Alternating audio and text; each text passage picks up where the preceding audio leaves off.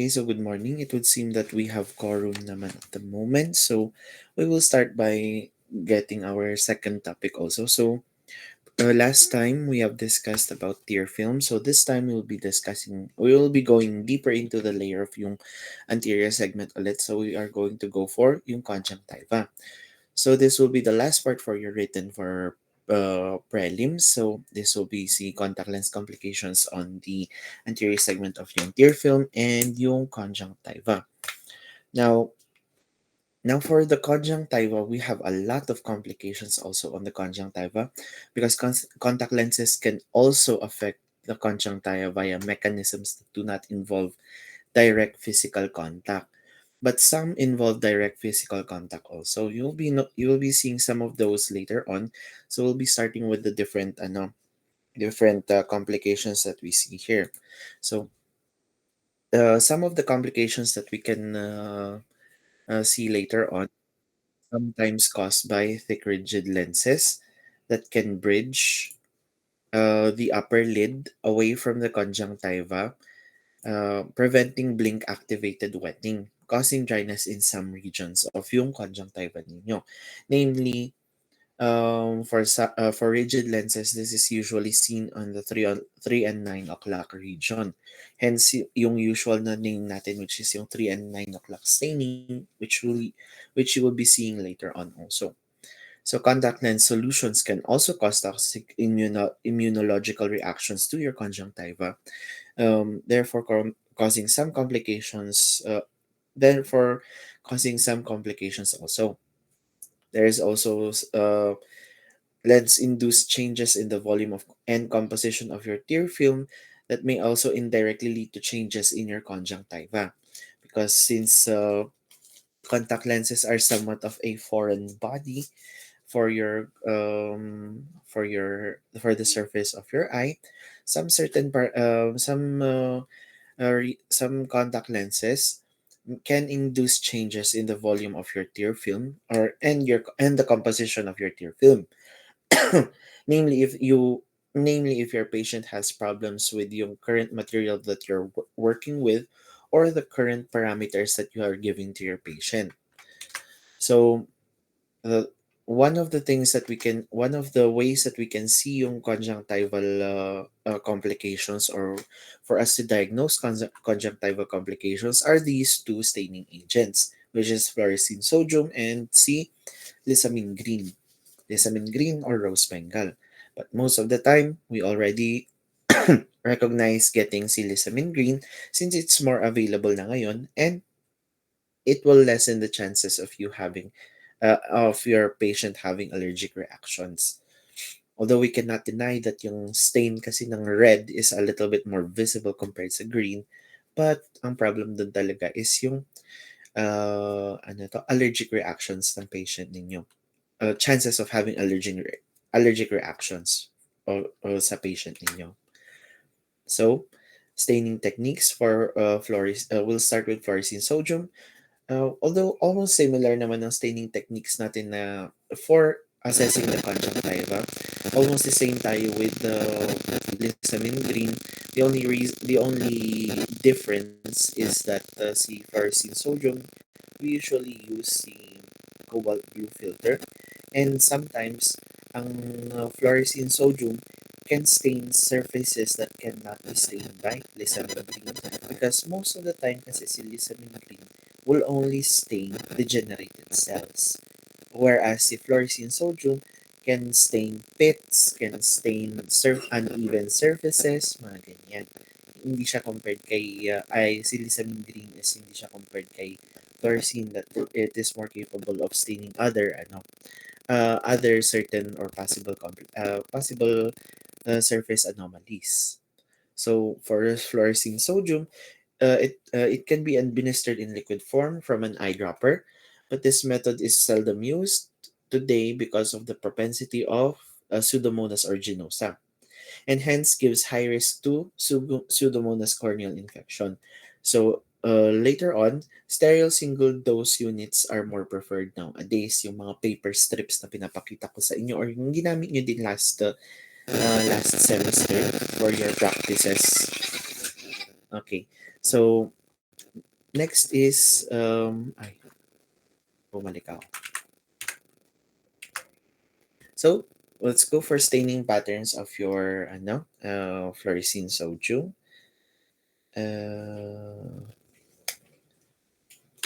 Okay, so, the first and is furrow staining.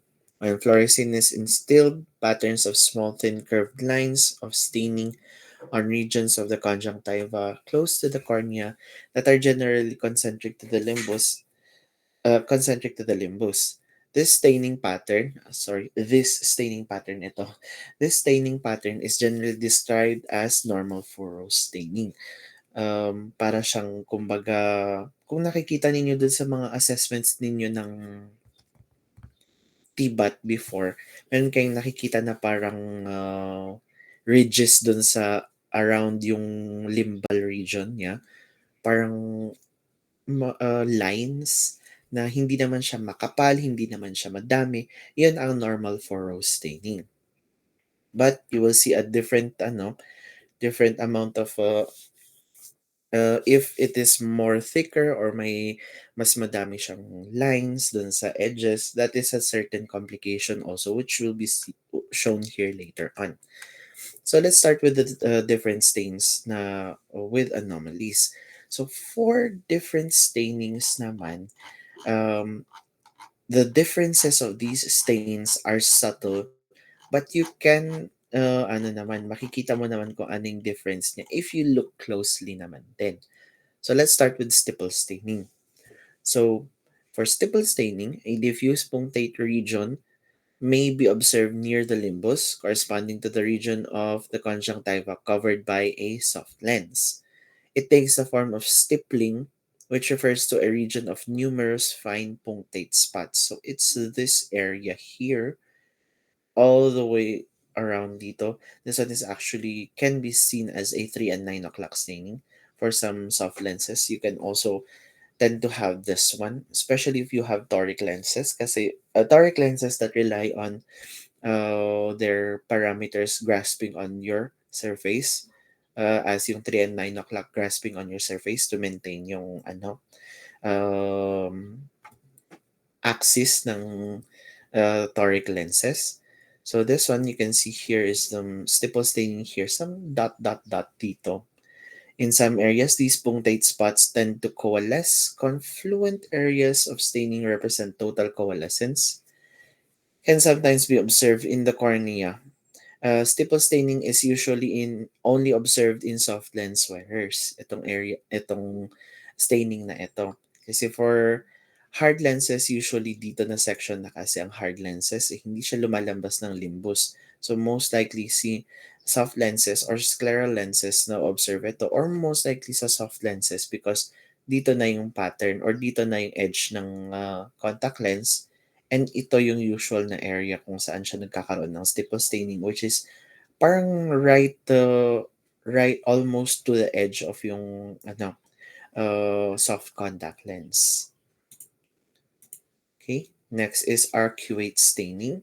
So an arcuate band of staining corresponding to the lens edge may be seen 2 to 3 millimeters from the limbus. This may form as a continuous band or a broken line, can vary from being just visible to being an intense ring of fluorescence up to about 0.5 millimeters wide. So this one is smaller than 0.5 millimeters, but you can see that these are broken lines. Actually, this patient the patient is still wearing his or her contact lenses dito sa picture na ito. And you can see here yung band na sinasabi natin or somewhat of a line. This one is less than 0.5 millimeters. Um, Makikita ninyo due to yung damage ng surface or damage ng edge ng contact lenses ng patient ninyo. So, arcuate conjunctival staining is usually observed in soft lens wearers also, but is sometimes seen after overnight wear of rigid lenses that can become decentered during sleep. So, possible din naman sa hard lenses yan, but most of the time soft lenses. And ang edge na For patients that are wearing hard lenses, most of the time for hard lenses that are ay yung over ano to? Hard lenses na yung Ortho K. Makikita natin sa Ortho K ito. Pero most of the time for Ortho K lenses, yung distance from the limbus is a little bit more farther. And because of yung parameters niyo for yung Ortho K, which is a little bit more wider than your usual soft lenses. Kasi parang almost drawing to scleral lenses na din kasi siya. So yung staining ninyo will be a little bit more farther than this. But yung characteristics niya, which is a broken line or a complete arc of staining away from the limbus, same pa rin naman siya. Ganito yung itsura niya. Next is yung very common na staining that is usually seen sa hard lenses or rigid lenses, rigid corneal lenses, is the 3 and 9 o'clock staining. This is a common form of ocular surface staining observed in association with rigid contact lens wear. Although it is often described in literature as 3 and 9 o'clock corneal staining, the staining patterns observed usually span to the limbus at the temporal and nasal aspects of the cornea and also affect the adjacent conjunctiva. So it can possibly still go to yung conjunctival surface ninyo, hindi lang siya sa corneal surface. Pero most of the time actually si conjunctival surface ang mas mas prof ano may prominently stained compared sa cornea due to yung damage sometimes, especially if you have a wrong case or wrong parameters for your contact lenses, rigid lenses, possible due to being loose or a different base curve, mga ganun na complications or even your patient's rigid lens diameter. You can often see this staining on that on that area. Okay, so this is another photo of 3 and 9 o'clock staining. Kasi kanina yung 3 and 9 o'clock staining na nakita ninyo does not have stains on the cornea. Here you can see stains that extend from the cornea onto the conjunctiva ng patient ninyo. Makikita ninyo dito compared to this one, di masyadong visible yung 9 o'clock stain dito sa cornea, but here you can see that is a little bit more stained dito sa cornea also. You can also see that there are punctate spots or punctate stains here on the upper area, but you can say that this one is a 3 and 9 o'clock stain because it extends from yung corneal surface to the limbal area to the conjunctival surface ito. Na compared sa punctate spots or punctate stains usually only seen here in the limbal area and a little bit of zones dito sa corneal area. This one extends more from from the limbal area and extends farther also to the conjunctiva. Next is conjunctival epithelial flaps or CEFs, particular form of tissue folding of the bulbar conjunctiva, which has been observed in wearers of silicone hydrogel soft contact lenses. So, one of the reasons why nakikita natin why we are suggesting din talaga si silicone hydrogel soft contact lenses to patients because it has high amounts of decay value or oxygen transmissibility, high amounts of water also compared to other materials, but none all our materials or all our contact lens materials are not that perfect naman din.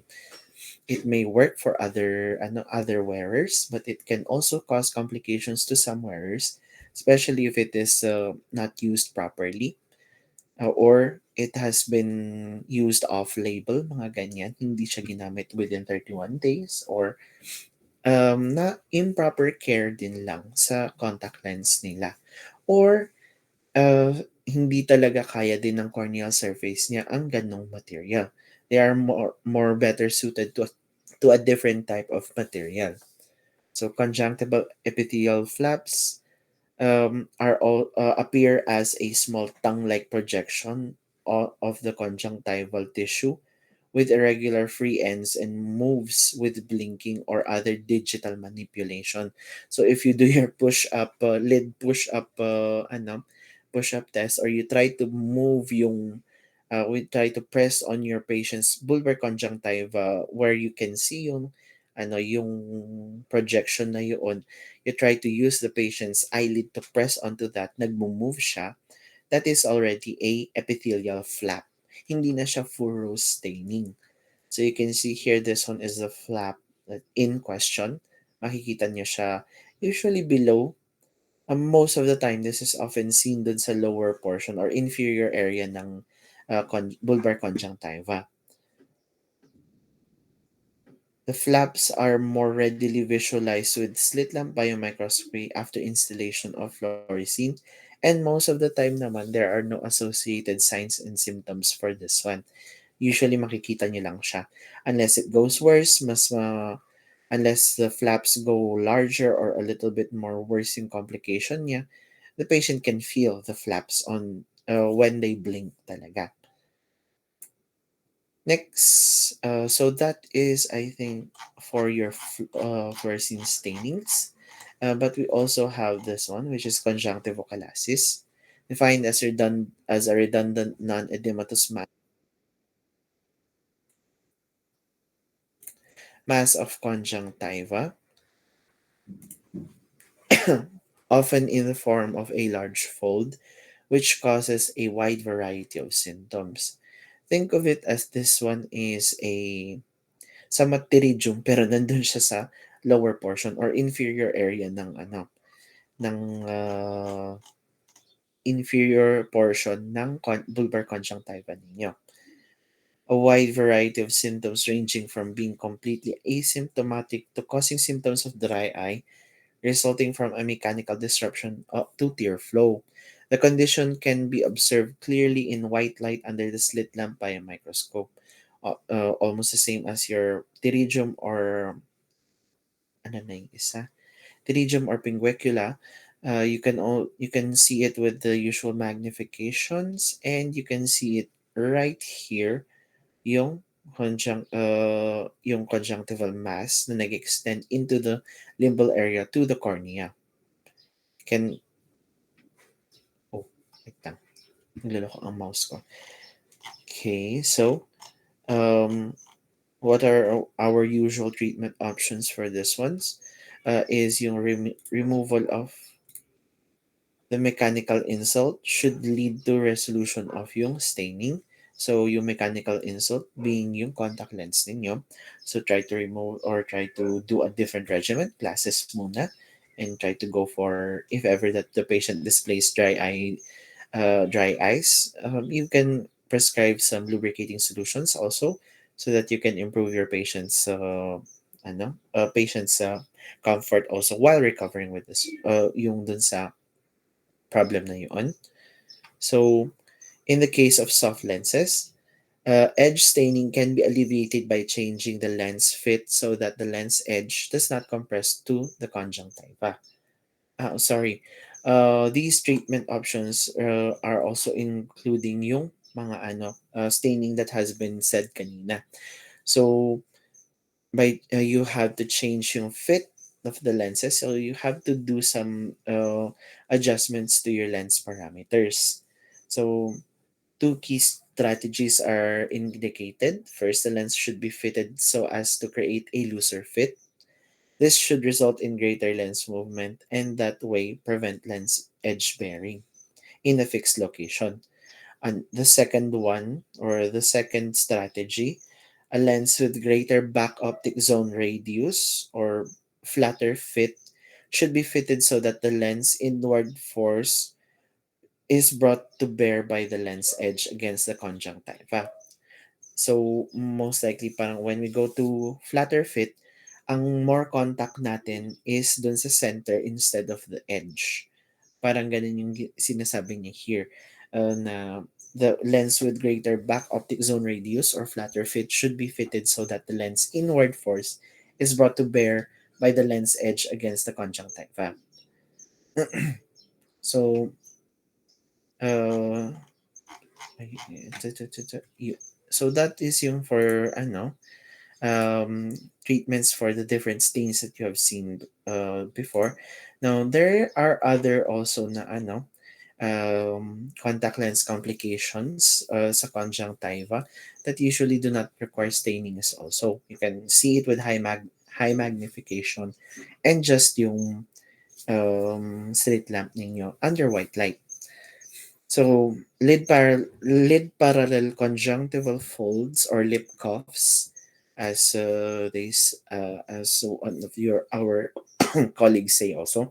This is lip cuffs, subclinical folds in the lateral lower quadrant of the bulbar conjunctiva, parallel to the lower margin, which are easily observable with the slit lamp biomicroscope. As you can see here with a higher magnification, makikita ninyo siya as yung mga small folds dito. And these are not just tongue-like projections that can freely move. These are talagang multiple mini folds naman siya. A little bit more smaller than what you see when you see epithelial folds. Lid parallel conjunctival folds or lip cuffs naman are often seen naman in the areas near your lid margin. Whereas yung epithelial folds that has been seen kanina or shown kanina can be seen on any region of yung bulbar conjunctiva. So signs of lip coughs. Lip coughs are assessed at two specific locations where they manifest most clearly. So yung two specific regions are the inferior and superior inferior and superior extremities. I sorry.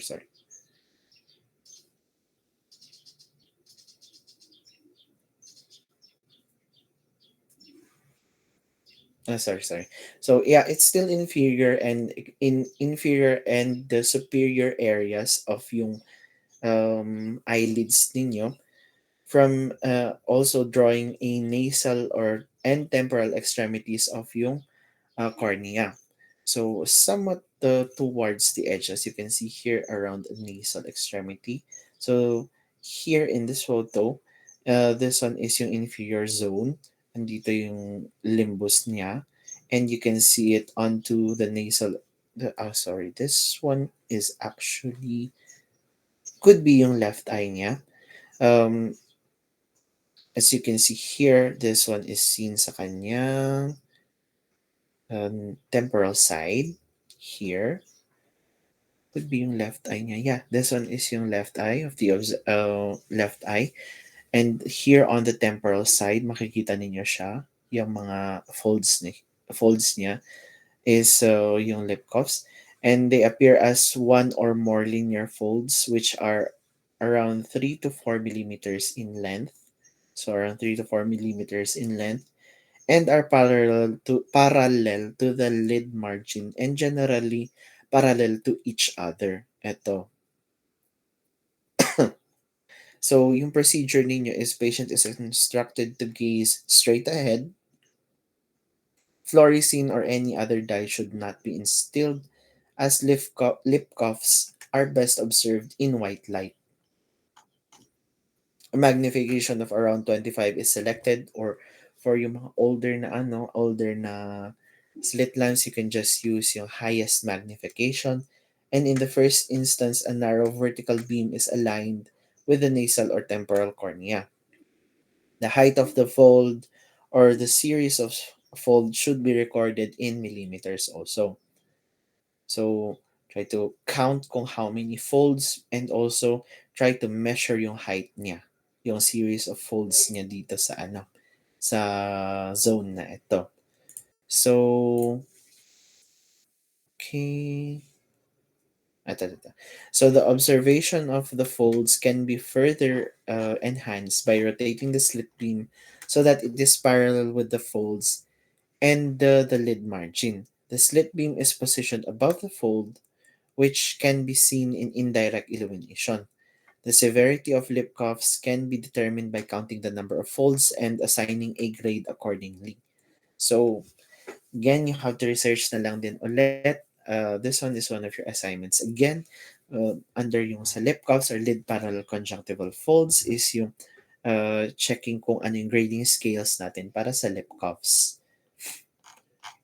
Usually, there's also another Efron grading scale for this one. If you can find si Efron grading scale, you can do so and yun ang gamitin ninyo din. Okay, next is illumination techniques. So there are a lot of illumination techniques to observe lip cuffs. So one of them is direct illumination with a vertical beam. So when you do direct illumination with a vertical beam, you usually observe yung lip cuffs within the beam. So ito, this is helpful when you want to try and count kung how many folds yung nakikita natin dito sa sa surface ng patient ninyo. Another one is indirect illumination with a vertical beam. So this one, yung lip cuffs can be seen to the left hand side of the observer. So left hand side, nakikita natin dito si ano na to, nakikita natin yung mga folds. This can be done sometimes, especially if your folds are a little bit to the edge. So we use indirect illumination to illuminate all of the folds uniformly. Next one is this one is when we try to assess naman yung width niya. Yung width ng lip cuffs ninyo. So we do indirect illumination with the beam set to parallel to the lid margin. So horizontal naman na siya. We try to assess kung how wide yung lip cuffs ninyo. How high the lip cuffs is usually when we use yung vertical beam, but this one we assess how wide it is by aligning yung beam ninyo or yung beam width ninyo to what is visible dun sa folds na ito. And with that, makikita niyo naman dun sa sa mismong slit lamp ninyo kung gaano ka-wide yung beam. That is now your measurement of how wide your patient's lip cuffs is. So, causes of these or causes ng lip cuffs is mechanical influence of yung lens edge, especially for loose-fitting lenses. And of course, surface friction due to tear film instability. Possible na dry-eyed, low tear volume, or composition of tears is a little bit abnormal siya. So, what are our treatment options? So for lip cuffs, they usually disappear din naman if the mechanical insult or the causes are assessed or removed. So for others also, we do resolve yung patient's tear film instability in the form of dry eye therapy, if ever, especially, but careful understanding also of what type of tear film instability does your patient have will be important in this manner, in this area, because you want to assess or you want to manage your patient's tear film instability sooner. So you do some other tests also to assess kung ano bang type of dry eyes yung dry eyes or tear film instability does your patient have. Kasi some some some complication or some patients who have this kind of some patients who have this kind of complications are also non can also be non-contact lens wearers. So for non-lens wearers, hyaluronate artificial tears are recommended, but not all the time. Because you still have to check if ever kung ano ba talaga yung proper na ay yung exact na or yung possible na type of tear film instability that your patient has. But hyaluronate artificial tears is a start naman din. So I think this one is the last one, conjunctival redness. Okay, so for conjunctival redness naman, so very commonly seen for contact lenses. Ito. For contact lens wearers, ang conjunctival redness serves as a fundamental indicator to clinicians of the physiological status of the contact lens wearing eye. And sometimes, conjunctival redness does not indicate naman that it is a bad wearing or a unsuccessful fit, but there are there are limits or there are indications if this is a good fit with conjunctival redness or a bad fit with conjunctival redness. Conjunctival redness is so obvious and easily recognizable that it is perhaps the only tissue reaction to contact lens wear. This is the most common symptom also, or the most common complication that is reported by patients. Because some of yung mga complications na discussed natin previously are usually observed by the clinician. But for these ones, very commonly reported by our patients ang conjunctival redness. So, one of the signs, as seen, the usual redness that has been seen on the conjunctival surface, be it be it severely stained with red blood vessels or a minor minor presence of blood vessels on the bulbar conjunctiva. So you can see here this one under your Efron grading scale. This can be a number grade 3 to 3 or 4 na conjunctival redness ito. So symptoms generally these ones are asymptomatic. Um, but patients may complain of itchiness, congestion, non-specific mild irritation, or a warm or cold feeling. Sometimes the existence of pain usually involves the cornea kapag ganun, if there's existence of pain.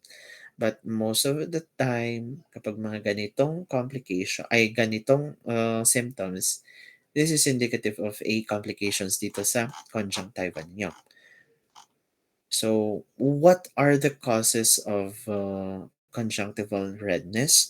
So, there are a lot of causes for conjunctival redness. So, let's start with metabolic influences. So, hypoxia, hypercapnia, acidic shift, increased osmolarity, and increased potassium. So, wait lang. Sorry.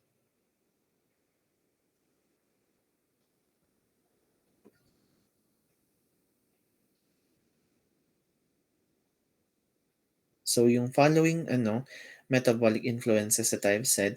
So under hypoxia, this is caused by the lens having lower oxygen transmissibility or DKT. So that induce greater levels of hypoxia. So the next one is hypercapnia. This is caused by the lens also. Lenses having lower carbon dioxide transmissibility. So, yung kanina hypoxia is oxygen transmissibility. This one naman is hypercapnia. Carbon dioxide transmissibility naman ang problem, which induced greater levels of carbon dioxide in the tear film or the back surface of yung lens ninyo. Another one is acidic shift, usually caused by the accumulation of lactic and carbonic acid as a consequence of hypoxia and hypercapnia. Increased osmolarity is caused by an increased metabolic production of osmotically active particles. And increased potassium caused by the repeated action potentials that cause a flood of potassium that cannot be removed by the sodium potassium pump because of other problems like yung other issues in your tear film and conjunctival surface. That's for metabolic influences. Next is yung chemical influences, which is possible is yung acidic shift and increased osmolarity. Non-toxic chemicals introduced into the eye either or directly or indirectly with contact lens insertion can lead to conjunctival redness for the following, which is yung acidic shift and increased osmolarity. So for acidic shift, this is caused by the introduction into the eye of a solution of different pH to that of your conjunctival tissue.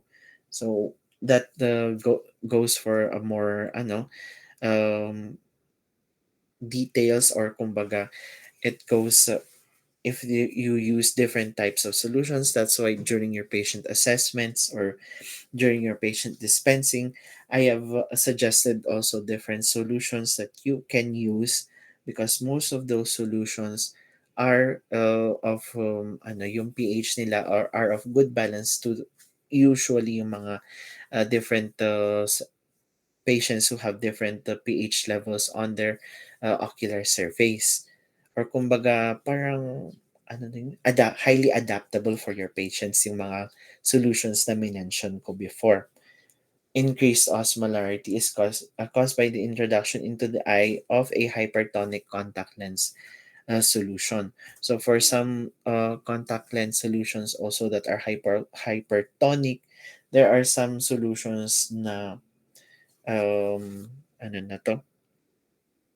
Um, very high in those concentrations. That's why it causes some complications also, or some conjunctival redness. Next one is yung toxic reactions naman can occur as a result of exposure to noxious preservatives, buffers, enzymes, chelating agents, or chemical agents that are incorporated into contact lens solution. Ang pinaka-common na nakikita natin na toxic reaction is for hard lens solutions that are usually can only be parang kumbaga used when when your patient is not wearing yung contact lens niyo, which is si hydrogen peroxide. Another one is also yung isang solution which is Vermenicon Progent, which intensely cleans your rigid lenses so that most of yung mga build up, um, mga debris that has been trapped in the hard lenses can be removed extensively. So those solutions nga lang require you to expose yung contact lenses ninyo overnight or on a set number of hours.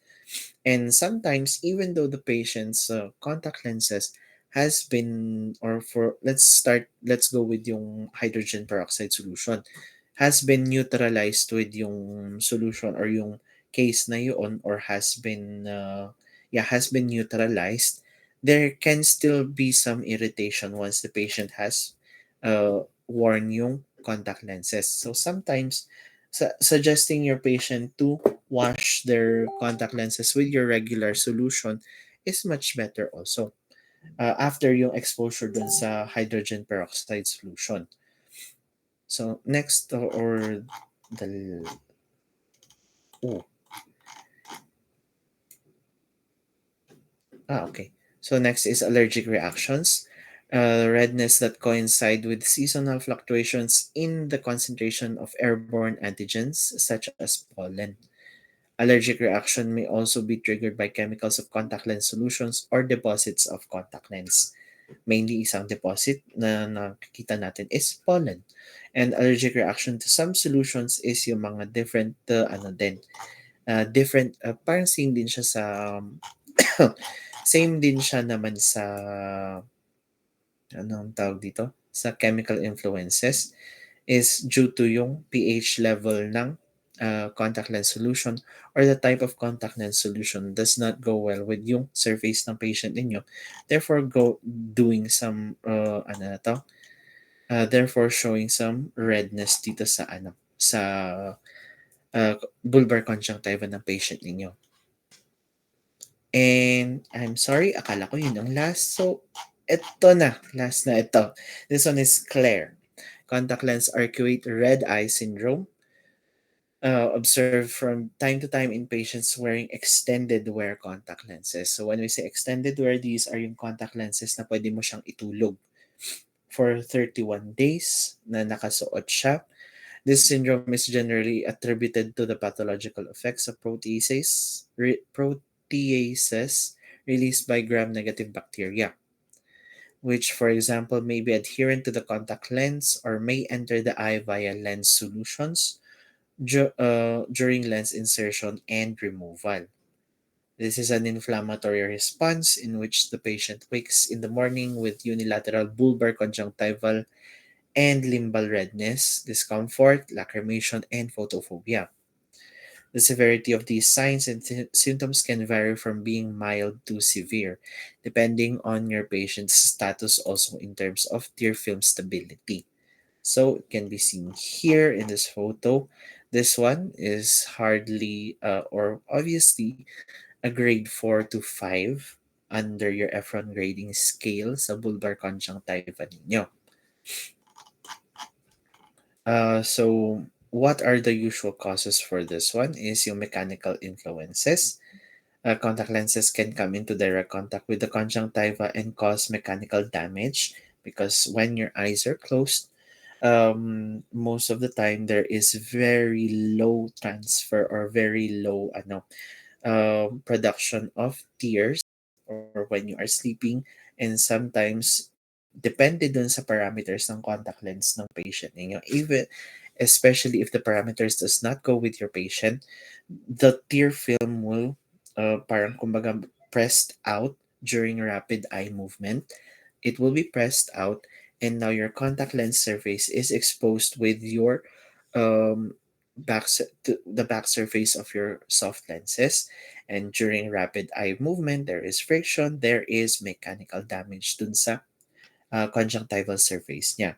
Sa absence of water and then things rubbing together that are dry will cause some damage talaga. So the trauma is known to cause mast cell degranulation, which results in histamine release. Histamine is the major cause of vasodilation in an injured area and can also lead to conjunctival chemosis. So, eto, I think I can show you here also para makita nyo na lang din. This one is yung grading scale natin. Actually, this one is from grade 1 to 4 naman to. So, yung kanina na nakita natin, which is this one, which is yung photo here. This is obviously around a 3 to 4 na din. And based on this one, or can be said to be a 4 na din kasi meron siya na staining due to an infection, possible na infection or mechanical damage. So treatment options for this one, alteration to the lens if you can alter the lens parameters. All soft lenses, including daily disposable lenses, develop deposits over the lifetime of the lens. Most of the deposits that form on reusable lenses can be removed by daily surfactant cleaning. So, and then improving ocular hygiene talaga. Alteration to care systems. So, trying to ano, trying to ask your patient kung ano bang type of care system yung, ay type of cleaning yung ginagawa niya, anong kind of cleaning solution. Then you try to assess kung ano yung much better na i-improve niya for that. So maybe changing yung solutions or changing the solutions to a higher water content or maybe changing also yung regimen niya or yung ano niya um, yung solution niya, try adding si hydrogen peroxide to yung regimen niya for cleaning once a week, mga ganyan. So that you can clean or improve yung lens, yung contact lens surface niya also. But if your patient's problem is yung tear production niya, then you can go for pharmaceutical agents that can improve your patient's tear film production, improving also yung improving also or managing also kung anong type of dryness yung meron kay patient ninyo. Important siguro if ever when your patient is going to sleep with their contact lenses, try to instruct them to drop some lubricating drops before bed. So, that would be yung ano natin for contact lens complications for conjunctiva. Again, you have a assignment here. So, this one is contact lens associated papillary conjunctivitis. So, give a brief definition on contact lens associated papillary conjunctivitis. What are the signs and symptoms of CLPC? What causes CLPC? Is there a grading system for this? And what are the suggested treatments for this? Um, I'm sorry. You will submit this in a handwritten form. I will be uploading yung assignment dito sa Google Classroom ninyo. So, ano na to? You can upload this one.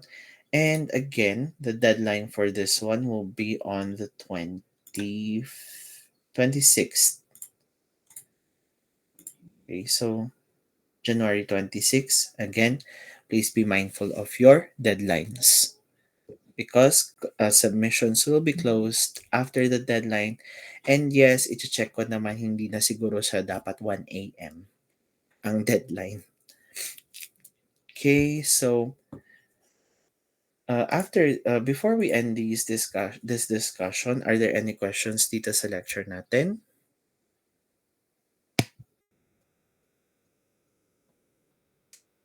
Okay. Yeah. Okay. If there are no questions, then we will now proceed to also discussing your next step, which is again, I will be reminding you, January 31 will be your patient assessment for multifocal. This is your prelim examination also. So I do suggest that you bring your patient on your set schedule. Schedule will be posted tomorrow naman for you to prepare earlier also.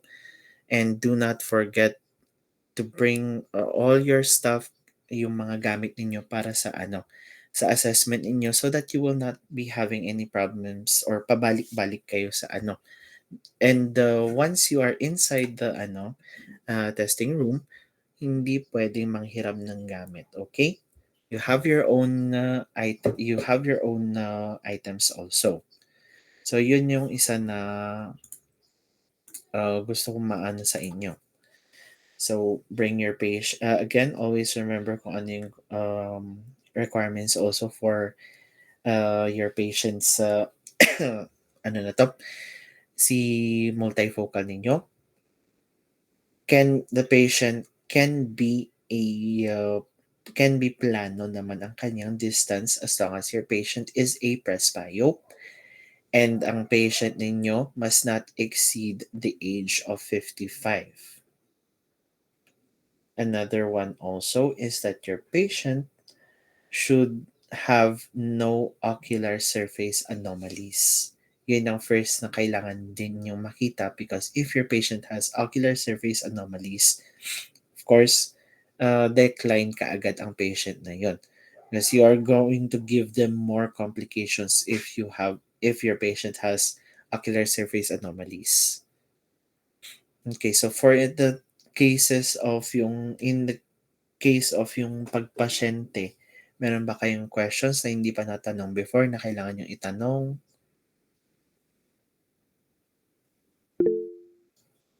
Yes, Diana.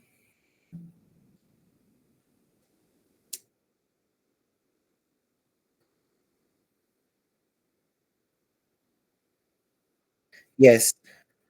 I think that is what has been taught sa inyo is kunin ninyo yung tatlo and getting the mean for that, then that is what you should do also.